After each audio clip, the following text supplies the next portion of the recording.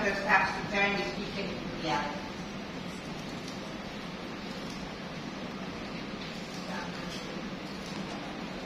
In history, with a population of over 612 million, half of whom are under the age of 30, the region is brimming with youthful energy and potential. Google's Temasek and Bain report indicated the digital economy in here is growing at double digits in terms of gross merchandise value, revenue, or profit. The region is attracting significant AI investment with over 30 billion committed to AI infrastructure in the first half of 2024 alone. But with opportunities comes responsibilities. The region faces critical challenges that must be addressed to unlock this potential.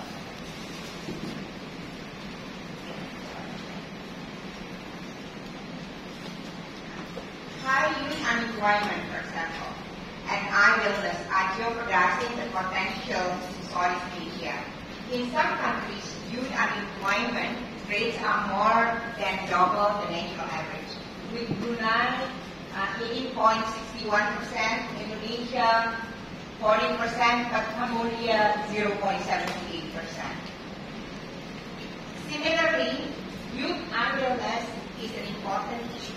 In Indonesia, for example, idleness defined by youth not in school, not having a job, not looking for a job, not in training, not preparing for work, affecting around 27% for male and 32% for female aged 15 to 24%. Youth unemployment in Indonesia is highest for college graduates. For some majors, it's even more than 30%. Similarly, we also see gender gap issues in Asia, which are portrayed untapped talent reservoir. Indonesia has 53% female labor force participation, Malaysia 51%, and Cambodia 69%. We also have another problem of small and micro enterprise stagnation. In Southeast Asia, SMEs account for 97% of all businesses. Yet many struggle to expand. Indonesia alone has 63 million enterprises, micro enterprises, and only 1.32% small and medium enterprises with under 42,000, and only around 500,000 large enterprises. Yesterday, we have learned from Sherry, if Indonesia would like to avoid middle income trap, it needs to strengthen its engines of development, the middle class. Between 2002 and 2017, the middle class expanded very rapidly, growing from 7% in 2002 and becoming 23% in 2018. But however, this trend reversed in 2019, with the middle class shrinking from 23% to 17% by 2024. Indonesia is actually not a story of jobless growth. Between 2022 and 2023, there were 4 million jobs created, but most of those jobs are low productivity jobs. If you look in terms of middle class jobs that provide earnings to pass the threshold, in almost all sectors, the middle income jobs is actually decreasing. We need not just more jobs, but better jobs. So, digital offers some breakthrough solutions, but with some challenges. Digital solutions, including digitization and AI, are revolutionizing business models and creating new job opportunities, but significant challenges accompany these opportunities. For example, while local startups can benefit from technology transfer and support from tech giants, sometimes from China, this raises concern about technological dependency and market dominance. The gig economy presents untapped potential for Southeast Asia, yet regulatory uncertainty and also social protection inadequacy and fair compensation issues hinder full exploitation. Similarly, online learning provides opportunity to overcome traditional barriers, but we know many join MOOC, Coursera, edX, only very small percentage completed the courses.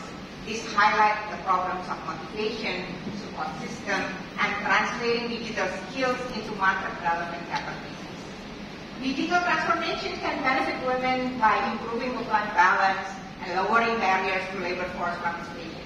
But we also know at the same time there is digital divide where not everyone has the access to technology and internet. SMEs similarly can have AI and digital tools enable market expansion and supply chain optimization.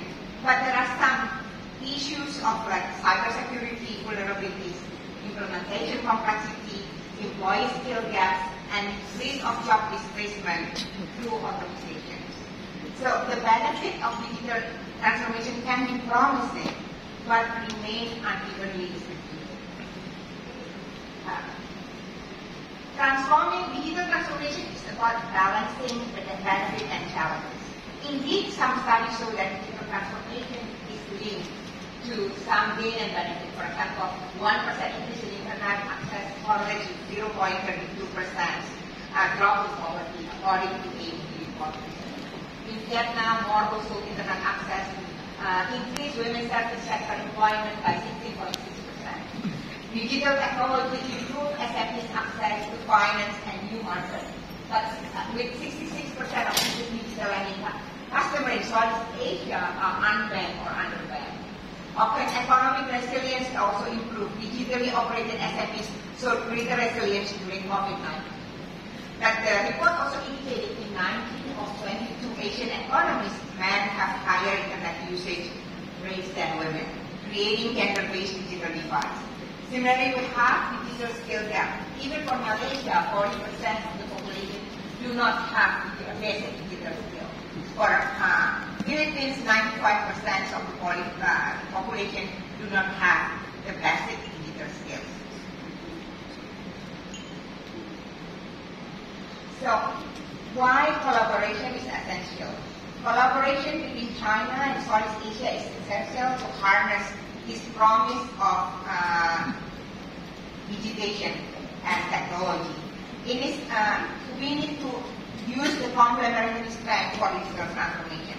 China brings the global AI leadership, advanced 5G technology, and also proven e-commerce capabilities. At the same time, Southeast Asia offers fast-growing digital economy and young, increasingly tech-savvy population poised to drive digital innovation.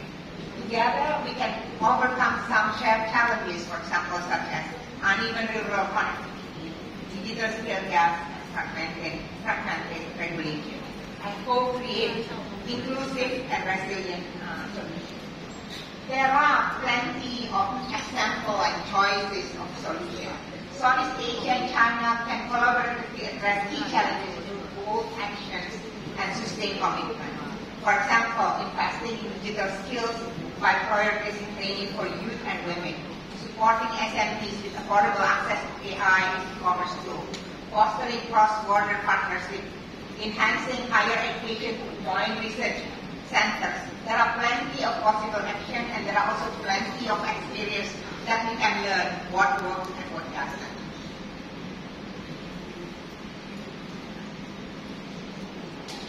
So, in conclusion, we need to chart a shared solution, identifying shared challenges and target key economic, socio-economic issues.